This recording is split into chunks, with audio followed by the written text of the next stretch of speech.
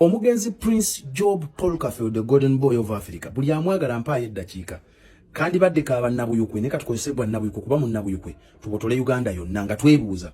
Omukulu ono ng'enzingu 17 zeganye ezooba lya muzigo eddaza 27 yakkirira ekaganga gye batambuliza emigongo ng'obwato. Bw'ogattagattamu gy'emyaka 18 beddu omwana yazaalibwa nga Kafeero afa obudde buno aba alonda.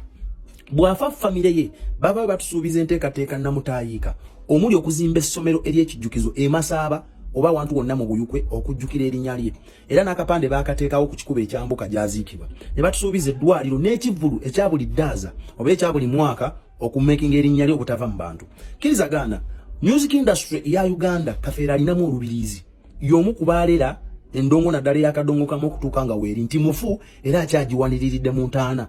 Kale bantu bange oyo ye muganda waffe ali ku mukutu nyaffe Buyikwe era nga ali mu kwemulugunya ku nsonga za Prince Job Paul Kafeero nga bana Buyikwe bagamba nti abafamire oba ab'enju y'omugenzi Prince Job Paul Kafeero tebakoze kimala kubeera nga Prince Job Paul Kafeero afuna ebimuli bye nga byetaagisibwa kubanga nti emabega nga woowulidde nti Prince Job Paul Kafeero bano baavaayo ne bagamba nti bakola ebivulu baagala bakole foundation Paulo Kafeero Foundation nga mulimu essomero mulimu eddwaliro n'ekijjukizo ekyokubeera nga bamala ekijja ekyo naye nti ebbanga eryo lyonna w'otuuka ewaziikibwa Prince Job Paul Kafeero tolina kyolabawo mu bintu byonna okumala ebbanga eryo nti n'ekivulu kigenze nga kisalika nga wembaseerabidde ekivulu kino batandika mu mwaka gwa 2018 okubeera nga bajjukira Prince Job Paul Kafeero so nno ku mulundi ogwo ndooza manager Kizito Godfrey yali manager wa Prince Job Paul Kafeero be baali abamu ku basaale oba n'omukyala Jack Kizito yabawe ebyuma weebityo naye twagenda okumaliriza nga mulimu okukyankalana okwaliwo kati emyaka egyo gyonna baze bakola ekintu ekyo ekyokubeera nga bajjukira Prince Job Paul Kafeero naye bannabuyikwe bo bagamba nti kekadde abafamire okubeera nga bakola ebintu ebikola ki ebitegerekeka nga mwana mulenzi oyo walambuludde enteekateeka ezo ndooza y'omu ku ba admin ab'omukutu ogwo era y'omu ku bantu benalinda byekonze ng'omuntu nga ali mu kitundu ekyo ewa Prince Job Paul Kafeero. Kale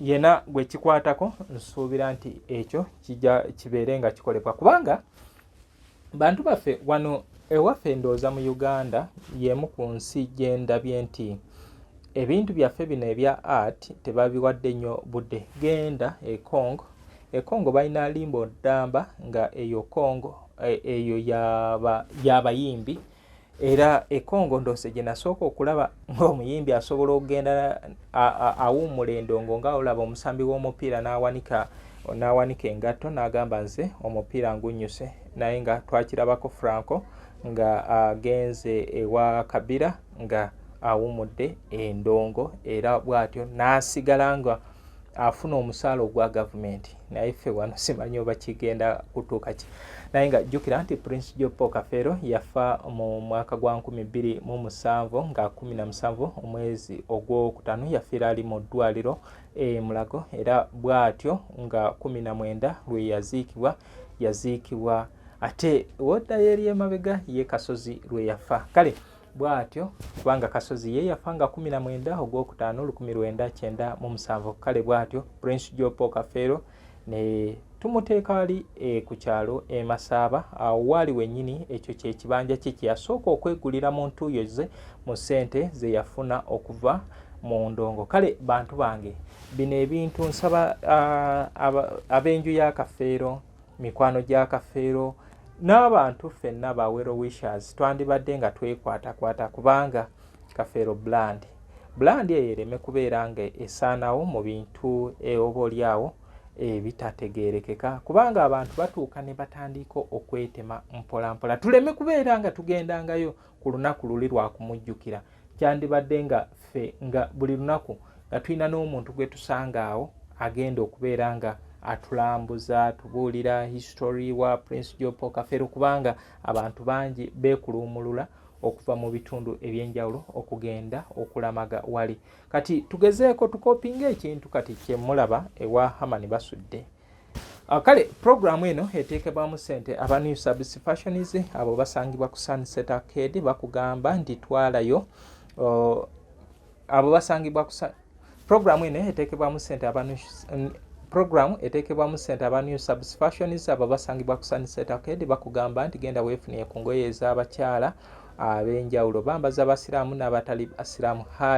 Hajati Namatovu Fatuma wali okubanga akuweereza kati ku Ham Shopping Grounds Block D eduka 252 ogenda kusanga Amaz Closet Photops and more engoye z'abakyala bonna naddala bano abaliko weeziri ogenda kubeera ng'ozeefunira wogenda ensagu wogenda okusanga Be Easy Hotel and Bar awo tuli kubya kusanyuka kuwumuza birowoozo kulaba mipiira ebintu ebyenjawulo gwe ayagala okubeera ng'owummula genda awo owummule.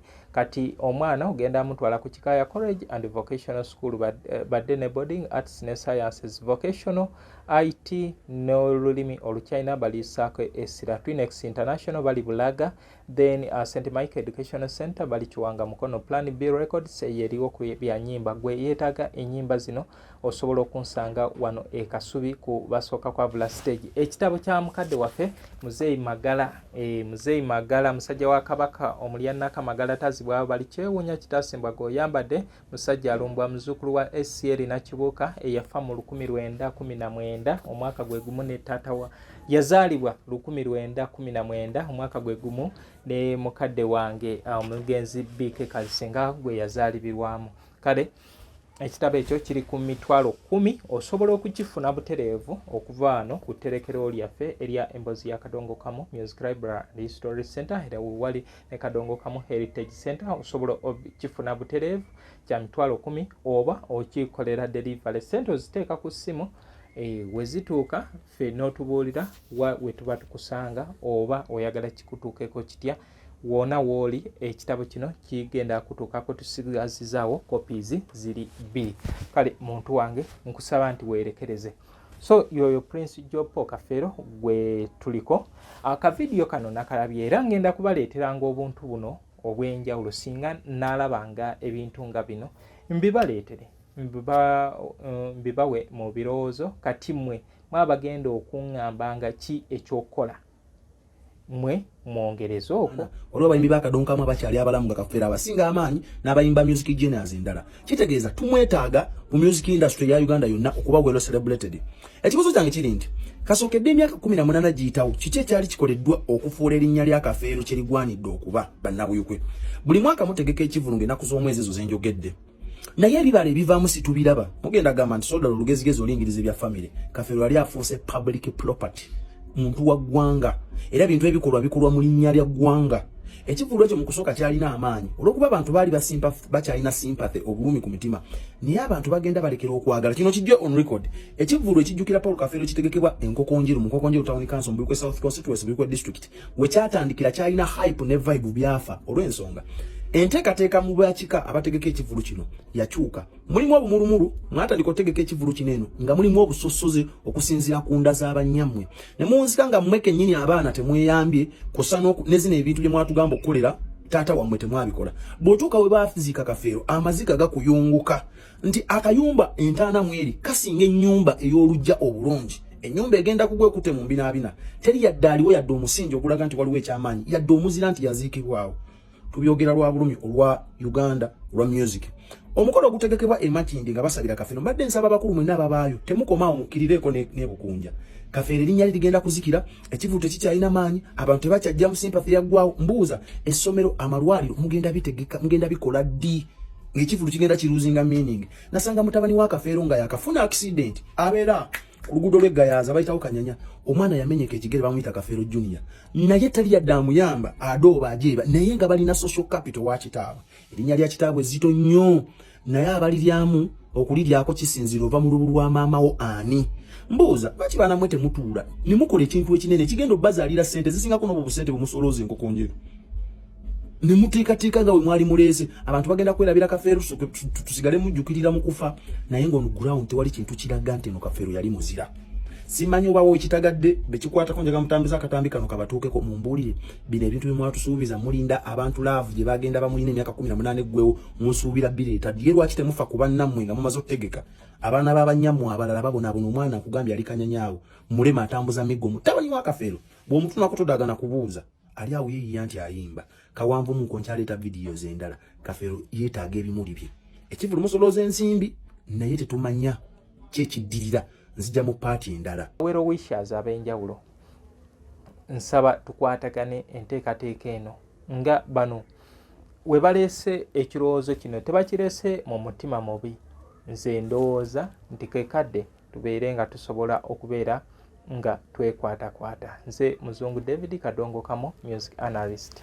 Amaz Closet ffe tukyasinza okutuusako ebyambalo eby'omulembe okuva China omuli zi tops, skirt, office pants, legging n'ebirala bingi tusangibwa ku Ham Shopping Grounds Block D mu room 252 ne 099 okumpi n'ekizimbe ekya Jesco Beauty Center opposite Total Business. Olaba Block D wetandikira kati yambuka amadaala edduuka ly'osookerako ku kkono lyerya Amaz Closet. Tutunda ekimu ekimu n'okusuubuza tukubire ku 0701 93 83 16 oba 0762 89 82 01. Amaz Closet, where fashion meets you.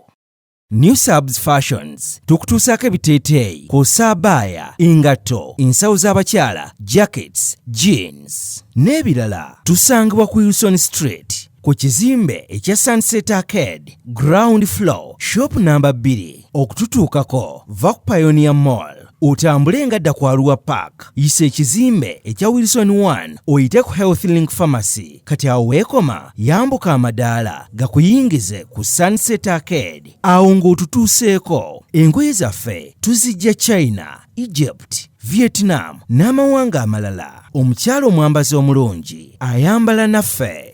Yino Chikaya College School essomero eryegulidde erinnya mu kusomesa abaana ate ne bayita ssomero lya ddene boarding mix y'abawala n'abalenzi senior 1 paka senior 6 balina library science kone computer labs byonna bijjudde balina arts ne science subjects co-curricular activities kone section y'ebyemikono omuli okusiba enviiri okukanika n'ebirala ebigwa mu kkowe eryo omwana n'ava ku ssomero lino ng'ali self contained. Kyewuunyisa ensimbi zaabwe zeze zijja mu nsawo ya buli muzadde. Basange Chikaya Bulenga Mityana Road okumanya ebisingawo noti 757 mukaganya emwemu 57. Be is a hotel and bar. Tusangibwa Nsago ku lw'Ennakawuka ku lw'empeereza ennungi tukola essaawa 24. Tulina ebifo ebisulwamu nga biyonjo ebiddaabirizibwa buli kadde ebyemizannyo ng'okulaga omupiira, okuzannya pool n'ebirala. Ebbaala ejjudde obulungi, emmere ekutuukako mangu, paakingi nnungi ate nga security eri gguluggulo. Okubuukinga n'okumanya ebisingawo kuba ku 0790